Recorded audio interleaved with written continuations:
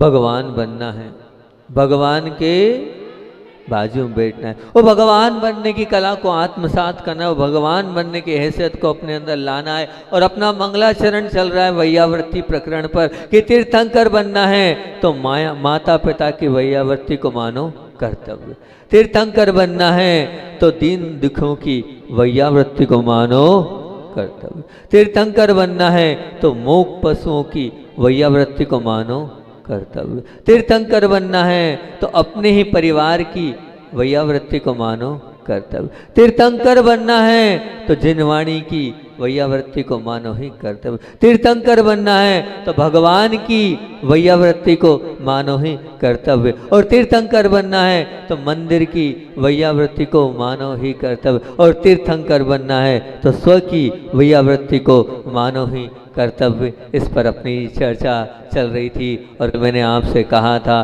कि मात्र साधुओं की वैयावृत्ति को आपने वैयावृत्ति मान रखा है, लेकिन मैंने कल आप लोगों के बीच में परिभाषा ही वैयावृत्ति की बदल दी। वैयावृत्ति साधुओं की नहीं होती है, वैयावृत्ति तो जीव मात्र की होती है, और जहाँ सेवा होता है वहाँ मेवा मिलता है, और वो मेवा जिसे संसार को तारने की वो ताकत होती है। एक सेवा तन की होती है, एक तन और मन दोनों से होती है, और जहाँ तन और मन लग जाता है वहाँ तन्मयता आ जाती है, और जहाँ तन्मयता आ जाती है वहाँ मनत्वपना पर अंकुश लग जाता है, और जहाँ मनत्वपना समाप्त हो जाता है वहाँ कर्तत्वपना आ जाता है, और जहाँ कर्तत्वपना आ जाता है वहाँ धर्मत्वपना आ जाता है, और जहाँ धर्मत्वपना आ जाता है वहाँ मुक्तत्व की ओर मुड़ जाते हैं, और जहाँ मुक्तत्व की ओर मुड़ जाते हैं तो निश्चित छोड़कर उड़कर आप ऊर्ध्वत्व तक पहुँच जाएंगे। उस ऊर्ध्वत्व की यात्रा अपन ने प्रारंभ करी थी माता पिता की वैयावृत्ति से। मैंने आपसे बात करी थी कि उनको छोड़ना, इनको छोड़ना जिन्होंने जिन माता पिता ने आज आपको पाल पोस कर बोलने लायक बनाया है, उनको छोड़ना, उनसे मुंह मोड़ना, उनका ध्यान नहीं रखना, उनको बेसहारा बना देना, उनको उनकी नहीं सुनना, उनको बोलने नहीं देना, उनसे नहीं बोलना, उनकी नहीं मानना, उनकी अभिनय करना, उनको डांटना, उन पर क्रोध करना, उनका सबके बीच में बहुमान नहीं करना, उनको अपने अनुसार चलाना, उनकी ही बात को काटना, उनका ही अपमान करना, उनका ही तिरस्कार करना, उनके भविष्य के विषय में नहीं सोचना, उन पर आरोप लगाना, उनकी हंसी उड़ाना, उनकी गलतियों कमियों और दोष को देखना, उनकी भावनाओं पर विचार नहीं करना, उनको पुरानी विचारधाराओं का मानना, उनको बिना बताए जीवन के महत्वपूर्ण नहीं लेना, उनको शत्रुवत मानना, उनकी सेवा के लिए नौकर चाकर रखना, अरे उनसे झूठ बोलना, उनसे मायाचारी करना, उनको दान धर्म में रोकना,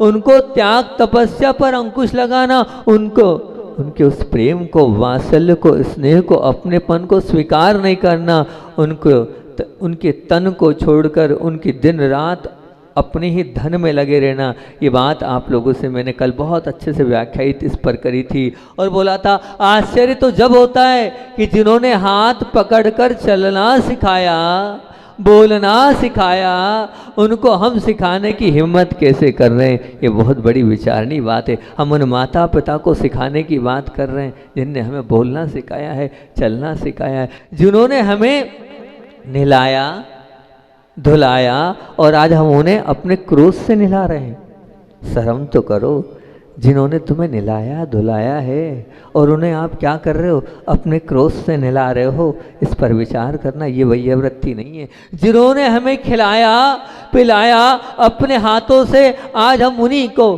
खाने को पूछ नहीं रहे। अरे ध्यान रखना, इन हाथों ने नहीं खाया है, इन हाथों में सामर्थ्य नहीं थी, इन हाथों में वो ताकत नहीं थी। उस वक्त जब आपके हाथ भी नहीं चलते थे तब वो जो कोर है वो माता और पिता ने खिलाया है आपको। उन उपकारियों को आप खाने को नहीं पूछ रहे हो। चिंतन करना, कहाँ जा रहे हो आप, किस ओर जा रहे हो आप। जिन्होंने हमें कपड़े पहनाकर हमारी इज्जत बताई, आज हम उनकी इज्जत बीच बाजार में उतार रहे हैं। सोचो तो सही, तन पे कपड़े भी नहीं थे, उस तन पे कपड़े किसने पहनाए, उन माता पिताओं ने पहनाए, और आज हम उनकी इज्जत कहाँ उतार रहे हैं, उनको बेआबरू कहाँ कर रहे हैं, बीच बाजार में उनकी इज्जत उतार रहे हैं। तो कहाँ क्या किस ओर जा रहे हैं, इस पर विचार करना। जिन्होंने हमें गंदगी करते हुए, अंधी भक्ति रखते हुए उस गंदगी, उस सोच आदि को साफ किया। उनकी हम आप सबके बीच में, सबके सामने बुराई कर रहे हैं। सोचो तो सही, किसकी बुराई कर रहे हैं? कौन साफ करता है वो गंदगी? कौन साफ करता है वो सब कुछ? लेकिन वो सब कुछ किया है उन माता पिताओं ने। पुराना इतिहास तो उठा कर देखो, वो क्या थे और आप उन्होंने क्या बना दिया उनको। वो किस स्थिति में थे और आज किस परिस्थिति में उनके लिए आप ले आए। उन माता पिताओं के लिए आप, ये बहुत बड़ा सोचनीय और विचारणीय बिंदु है। जिन्होंने कपड़े, बिस्तर, शरीर पर मेला होते ही मन को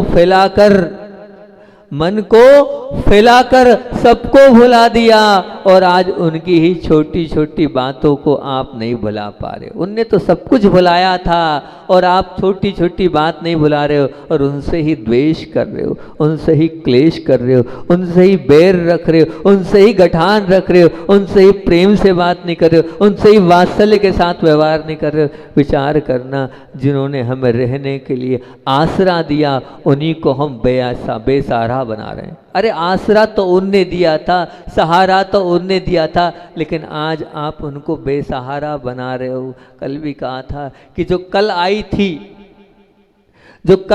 थी, जिनके साथ बरसों का संबंध था, कल आने वाली ने उन बरसों के संबंध को तोड़ा दिया और अलग करा दिया। आज जो आई है उसके पीछे आप पागल हो गए, और जो कल थे उनको आप छोड़ते चले जा रहे हो। विचार करना आप क्या कर रहे हो। जिन्होंने हमें आसरा दिया उन्हीं को हम बेसहारा बना रहे हैं। जिन्होंने हमें पढ़ावाया, लिखवाया, पढ़ना और लिखना सिखाया, आज हम उन्हें व्यवहारिकता सिखा रहे हैं। क्या आपके अंदर व्यवहारिकता नहीं है? आपका आता क्या है आपको? आप तो पुराने ख्यालों वाले हो, आप तो पुराने विचारे वाले हो। इस पर चिंतन करना। जिन्होंने हमें सजाया, संवारा, आज हम उन्हीं सबके बीच में बोलने से रोकते हैं। आपको बोलते नहीं आता। आपके अंदर क्या है? वो क्या बोलते हैं उसको, आप इंग्लिश में क्या बोलते हैं? मैनर्स नहीं है। आपके अंदर क्या नहीं है? बोले मैनर्स नहीं है। सो तो सही, मैनर्स सिखाने वाले आप हो गए, माता पिता को बताने वाले आप हो गए। अंदर झांक कर तो देखो कि ये मैनर्स दिए किन्ने। उन्हीं से तुम पूछ रहे हो, उन्हीं को तुम बोल रहे हो कि तुम्हारे अंदर मैनर्स नहीं है।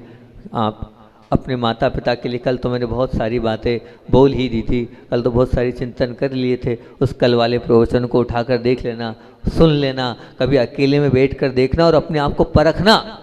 क्या वास्तविकता में कहीं मैं ये तो नहीं हूँ जो बातें महाराज जी ने बोली है, कहीं मैं इस प्रकार तो नहीं हूँ? नहीं, अपने उस कर्तव्य को, अपनी उस जिम्मेदारी को मानना। वैयावृत्ति मात्र साधुओं की नहीं होती है, वैयावृत्ति तो किन की होती है? जिनके बीच में हम रह रहे हैं, जीव मात्र की वैयावृत्ति होती है। एक इंद्री से लेके पंच इंद्री सबकी वैयावृत्ति होती है, वही वैयावृत्ति कहलाती है। वहाँ पर साधु शब्द नहीं लिखा है, वहाँ पर क्या लिखा है? ऐसा नहीं लिखा है महामुनि राज की वैयावृत्ति। साधु समाधि में तो वैयावृत्ति कही गई हैगी, लेकिन कहीं भी उसमें ये नहीं कहा है, पर आप उसको वैयावृत्ति नहीं मानते हो। वहीं पर मैं आपको पहुँचाना चाह रहा हूँ कि आप वैयावृत्ति सबकी करो। दूसरा बिंदु है, तीर्थंकर बनना है तो दीन दुखियों की वैयावृत्ति को मानो कर्तव्य। दीन दुखियों की वैयावृत्ति से तात्पर्य, जब भी आपको लगे कि हाँ कोई परेशान है, कोई हैरान है, तो आपके अंदर से वो करुणा जागनी चाहिए, अंदर से वो भाव होना चाहिए कि हाँ वास्तविकता में इनका दुख मेरा दुख है, इनका कष्ट मेरा कष्ट है। अपन रोज ध्यान में बोलते हैं ना, क्या बोलते हैं? ध्यान है नहीं है, कुछ है ध्यान नहीं है, क्या बोलते हैं अपन रोज ध्यान में? बोलो तो सही, क्या बोलते हैं? क्या है? मैं तो सबके दर्द और कष्ट को दूर करने वाली आत्मा हूँ, मैं तो सबके दर्द को अपना मानने वाली आत्मा हूँ। मेरा हर बोल, मेरा हर व्यवहार सबके लिए दुआएं हैं। ये वाली बात आपके जीवन में आनी चाहिए कि सबके दर्द और सबके कष्ट मेरे कष्ट लगने जाए, सबकी पीड़ाओं को मैं अपनी पीड़ा समझने लग जाऊं, तो सचमुच में आपका जीवन यथार्थ हो जाएगा। हम अपने दुख में तो रोते थे, रोते हैं, रोते रहेंगे। इसीलिए संसार में जो दूसरों के लिए रोता है वही भगवान बन सकता है। कब कब आपकी आंख से दूसरों के लिए आंसू आए? कभी रोयो आप दूसरों के लिए? दूसरों की पीड़ाओं के लिए, दूसरों के कष्ट के लिए। और दूसरे में ध्यान रखना, दूसरे में वो है जो अपने नहीं है, अपनी माँ के लिए, अपने पिता के लिए तो हो सकता है, अपने बच्चों के लिए तो हो सकता है। वैसे आजकल माता पिता के लिए रोना नहीं आता है, अपनी पत्नी और बच्चों के लिए रोना ज़्यादा आता है। उनके लिए तो रो लेते हो, लेकिन वो रोना जिसमें स्वार्थ नहीं हो, वो आंसू जो निस्वार्थ हो, वही भगवान बना सकते हैं। जब आपकी आंखों से कितनी बार वो निस्वार्थ आंसू बहे हैं, उन निस्वार्थ आंसू को गिनना, वो सचमुच में वो निस्वार्थ आंसू आपने जितने भी आपने गिराए हैं, वो आंसू आपको ऊपर उठा लेंगे। बताओ तो, गिनो तो, जीवन में कितनी बार रोए हो आप दूसरों के कष्ट पर, दूसरों की पीड़ा पर? कभी रोए हो? नहीं रोए हो? रोए हो कि नहीं रोए हो? रोए हो। गुरुदेव का वो हाइको है, पर की पीड़ा अपनी करुणा की परीक्षा लेती। ये गुरुदेव का एक मैंने हालांकि यहाँ तो सुनाया था, वो और एक और बार सुनाया था। बहुत सारे लोग, नए लोग बैठे, ये मेरे साथ इस हाइको ने मुझे घुमा दिया, इस हाइको ने मुझे परेशान कर दिया, मुझे हैरान कर दिया इस हाइको ने। कि क्या है मैं बताता हूँ, अगर सुना तो सुन लिया, सुनाना है एक बार और सुना दूँ? फिर सुनाया तो था एक बार हमने। ये हाइको ऐसा हाइको है पूज्य गुरुदेव का कि वास्तविकता में एक बार आचार्य भगवान से चर्चा चल रही थी, तो आचार्य श्री जी ने किसी महाराज जी ने आचार्य श्री से कहा, आचार्य श्री जी आप इस पर टीका क्यों नहीं लिखते हैं? हाइको पर टीका लिखो ना। तो आचार्य श्री जी ने बोले मैं टीका लिख दूंगा तो मेरा सूत्र बन जाएगा, लेकिन हर व्यक्ति का अपना पहलू है, मैं बांधना नहीं चाहता हूँ मेरे सूत्र को। मेरे सूत्र ऐसे हैं जिन सूत्रों में जब जैसा जिसको जैसा लगाना वैसा अर्थ वो लगा ले और समझ ले। मैं तो ये मानता हूँ उनके एक एक हाइको इस प्रकार के हैं, जैसे मूलाचार अगर देखना तो एक लाइन में गुरुदेव ने मूलाचार बोल दिया है, एक लाइन में, सिर्फ एक लाइन में। क्या? तेरी दो आंखें तेरी ओर हजार सतर्क हो जा। इसमें पूरा मूलाचार आ गया, पूरा रत्नकर्ण शावक आचार आ गया। तेरी दो आंखें सतर्क हो जा, सब कुछ आ गया इसके अंदर। और अगर आपको लगता है कि वास्तविकता में समय सार को देखना है तो पूज्य गुरुदेव ने एक ही हाइको में समय सार को दे दिया। क्या? जोड़ो ना जोड़ो, जोड़ा छोड़ो, जोड़ो तो बेजोड़ जोड़ो। ये पूज्य गुरुदेव ने यहाँ समय सार को पूरा दे दिया, वहाँ मूलाचार को दे दिया। समझने वाला चाहिए तो अपने आप उसको अपने आप समझते चला जाएगा। और धर्म को अगर दिया उन्होंने, दया धर्म को दिया, तो इस हाइको में दे दिया। तेरी क्या दिया? पर की पीड़ा अपनी करुणा की परीक्षा लेती। तो मैं आपको अपनी बात बताता हूँ, बहुत अच्छी बात, दया और करुणा की वो बात बता रहा हूँ। पूज्य गुरुदेव का विहार अमरकंटक से हुआ, और जब गुरुदेव का विहार हुआ तो योग संयोग की बात है, संघ बहुत बड़ा था और हम लोग थे, एक नगर में थे, और आचार्य श्री जी आगे निकल गए और कुछ साधु हम पीछे रह गए। अब कुछ साधु हम पीछे रह गए, हुआ ये कि हमारे साथ जो हैं मैं, वीर सागर जी और प्रणम्य सागर जी और 3-4 महाराज ऐसे चल रहे थे आगे आगे, और उधर पीछे से जो है निस्वार्थ सागर जी अभी वर्तमान में हैं, जो भी रामटेक 24 के मूल नायक थे, अभी इंदौर में हमारे पूज्य विनम्र सागर जी महाराज जी के साथ हैं। वो ब्रह्मचर्य अवस्था में पीछे से आए एकदम, और एकदम खड़े हो गए। वो आकर आगे हो गए, बोले नमोस्तु नमोस्तु। हाँ बोलो क्या हुआ? उन्होंने कहा ऐसा है कि पीछे जो हैं 2 महाराज जी बहुत अस्वस्थ हैं। बोले उनको बहुत उल्टी दस्त हो रहे हैं, पूज्य विराट सागर जी और आरह सागर जी, उनको बहुत तकलीफ़ हो रही है। तो उन्होंने कहा आप थोड़ा सा देख लो। तो उनने हमसे कहा दुर्लभ सागर आप समझ लो, आपका विषय ये वैयावृत्ति का। तो मैंने कहा हाँ ठीक है, वहाँ और भी तो है, एक महाराज जी है ना? बोले हाँ हाँ एक अविचल। मैंने कहा हाँ अविचल सागर जी सब देख लेंगे। हम आगे बढ़ गए, वो सीधे निस्वार्थ ही आचार्य श्री पास चले गए। बोले आचार्य श्री से निवेदन किया, नमोस्तु भगवान बहुत तकलीफ में हैं दोनों महाराज, कड़वी लौकी एक ही साथ चौके में आर हुआ था, कड़वी लौकी आप लोगों ने यहाँ हमारे महाराज को भी, अलग जी को भी कड़वी लौकी खिला दी, उस दिन खिला दी। हमने कही, मैंने कहा महाराज का कर लो आप नहीं हो? बोले हमने कर तो कर लो, हमने फिर ले लो, हम ले लो तब भुगती हो आप। इधर हमारे मुंह से निकलो भुगती हो, उधर चालू हो गई उल्टी। अपने को वापस तो चलना चाहिए। अब वो हम वापस जो है वो उधर 2 किलोमीटर आगे आ गया, फिर 2 किलोमीटर अकेला था मैं। इन्होंने बोला कोई नहीं आप, मैंने कहा अकेला चला जाऊंगा, अकेला ही था और अकेला वापस गया।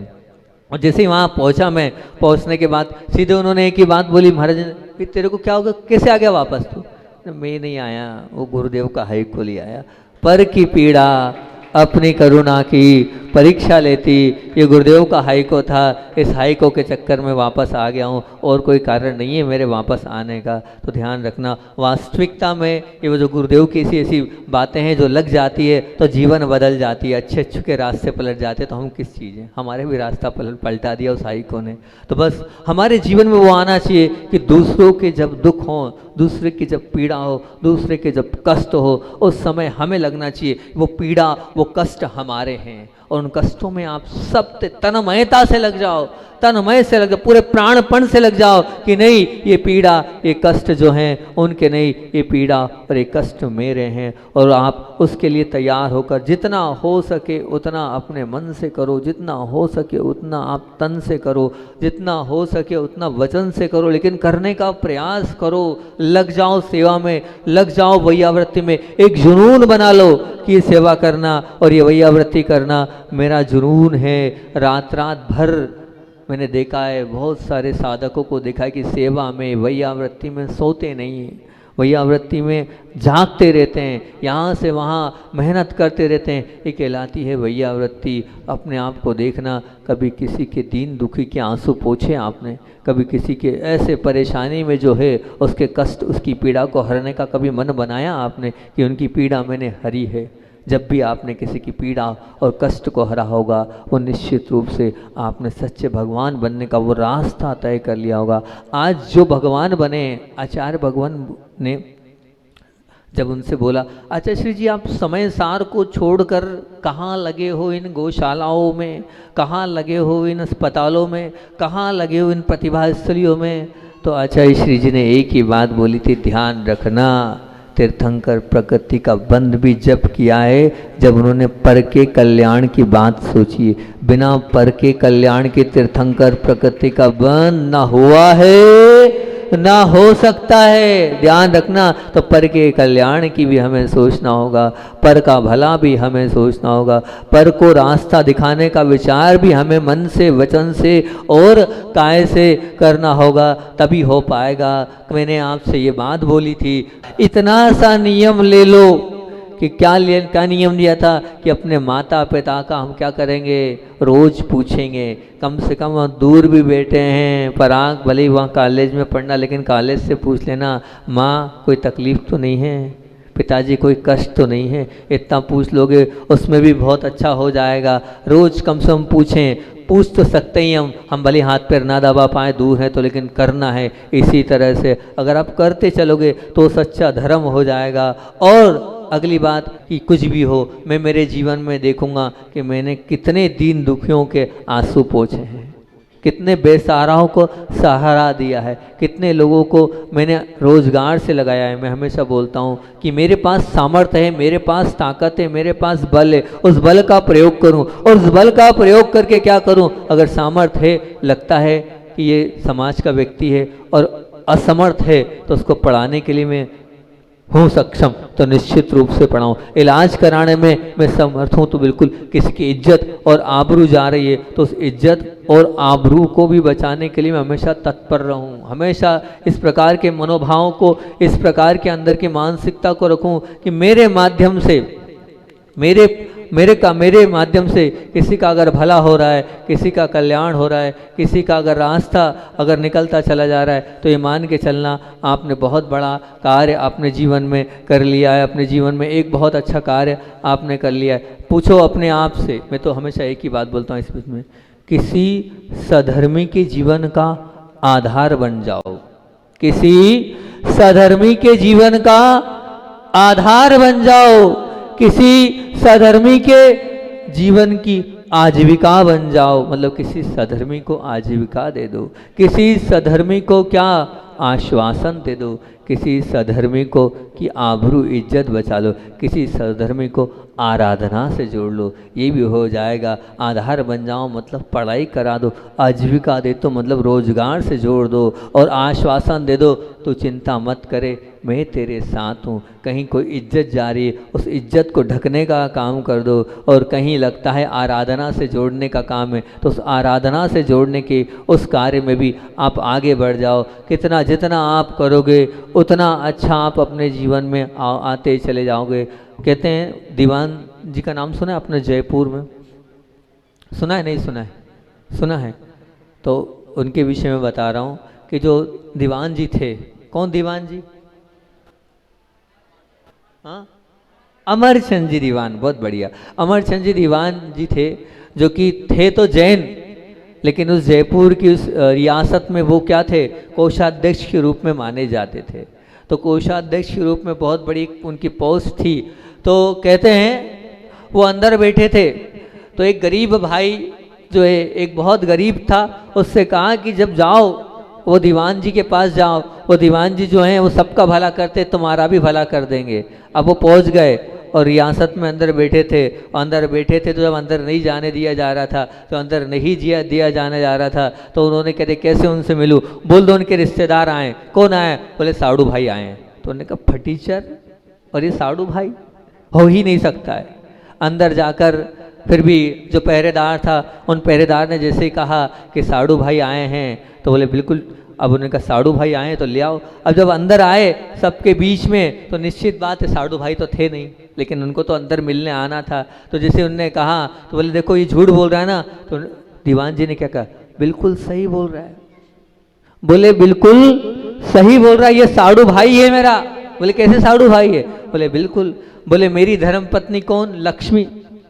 और इनकी धर्मपत्नी कौन? गरीबी। बोले दोनों बहनें हैं, गरीबी और लक्ष्मी। तो बस उनका पति हम, इनके पति वो, इनके पति मैं। बोले साड़ू भाई तो हैं। ऐसे आप भी, आपने कभी किसी गरीब को साड़ू भाई बनाया है? बताओ तो। आप तो गरीब को देख के नाक मोड़ लेते हो, नाक सिकुड़ लेते हो।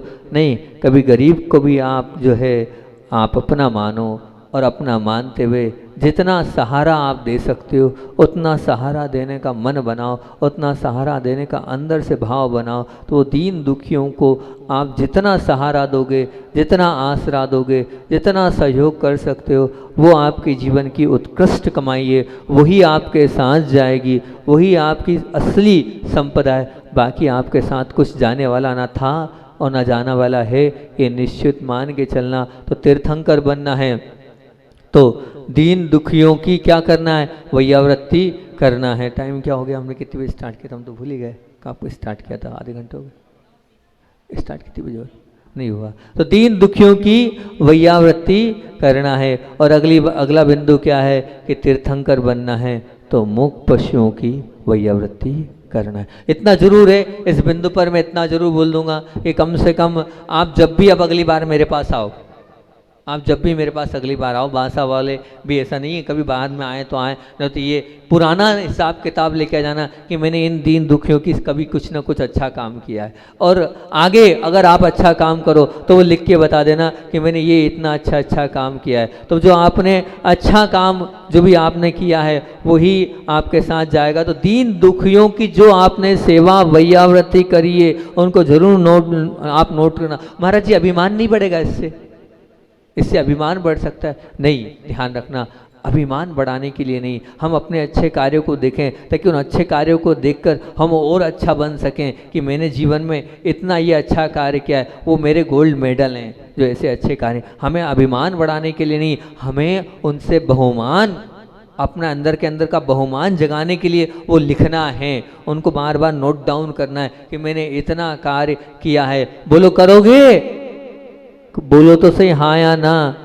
दीन दुखियों की जो सेवा मैंने करी है, पीड़ा और जो कष्ट में था, जो तकलीफ में थे, उनकी आप क्या करना है? आपको नोट डाउन करते जाना है, लिखते चले जाना है और उनको अपने जीवन की असली संपदा आपको मानते चले जाना है। और अगला बिंदु क्या है? मूक पशुओं की क्या करना है? वैयावृत्ति करना है। मूक पशुओं पर तो और आगे बोल ही दूंगा मैं। मूक पशुओं से क्या तात्पर्य? मूक पशुओं से इतना ही कहना है, आपके पास तो जबान भी है, आपके पास तो जबान भी है। महाराज जी जबान तो उनके पास भी है, लेकिन उनकी जबान ना होकर वो बेजुबान जैसे हैं, क्योंकि वो कुछ बोल नहीं पा रहे हैं। आप उनके साथ अत्याचार कर रहे हैं, उन अत्याचार के बावजूद भी आपकी वो बात को सुन नहीं पा रहे, वो आपकी बात को कर नहीं पा रहे। इन मूक पशुओं की बात को मैं कल बोलूँगा, 2 मिनट बचाए आचार्य भगवान की बात को बोलकर अपनी बात को मैं विराम दूंगा कि आचार्य भगवान, क्योंकि अगर वो नहीं सुनूंगा तो आप बोलोगे महाराज जी अंत में बुलवाओगे कि सब बोलो लेकिन गुरुदेव की बात तो बोलो ही बोलो। तो पहले गुरुदेव की बात को मैं रखकर अपनी बात को विराम दूंगा कि आचार्य भगवान के इतने गुण हैं कि रोज़ रोज़ अपन गुण गा रहे हैं, फिर भी वो उनके गुण कम ही नहीं हो रहे। क्या करूं मैं? मेरे ख्याल से मेरी पूरी ज़िंदगी हो जाएगी, मेरा लगभग अभी तक ऐसा बहुत कम ही होंगे तो गुरुदेव के संस्मरण रिपीट हुए।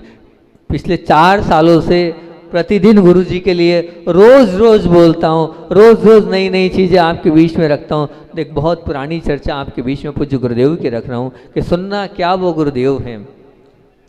पूज्य गुरुदेव मुकमाटी का लेखन कर रहे थे, और मुकमाटी का जब लेखन कर रहे थे तो रोज़ रात को गुरुदेव सोचते थे, और रोज़ रात को अपनी खीर और क्या हलवा और जो है रसोई तैयार करते थे, और रात को चिंतन करते थे। हमारे जैसे तो नहीं कि लाइट में भी पढ़ लें लिख लें, पर वो तो कैसे थे कि रात में दिमाग पर लिखते थे। स्लेट किसको बनाते थे? दिमाग को, और सुबह उठ कर उसको लिपिबद्ध करते थे। अब हुआ ये, मुकमाटी का काम चल रहा था, और मुकमाटी के काम चलते चलते 2-3 दिन तक पूज्य गुरुदेव ने एक भी लाइन नहीं लिखी।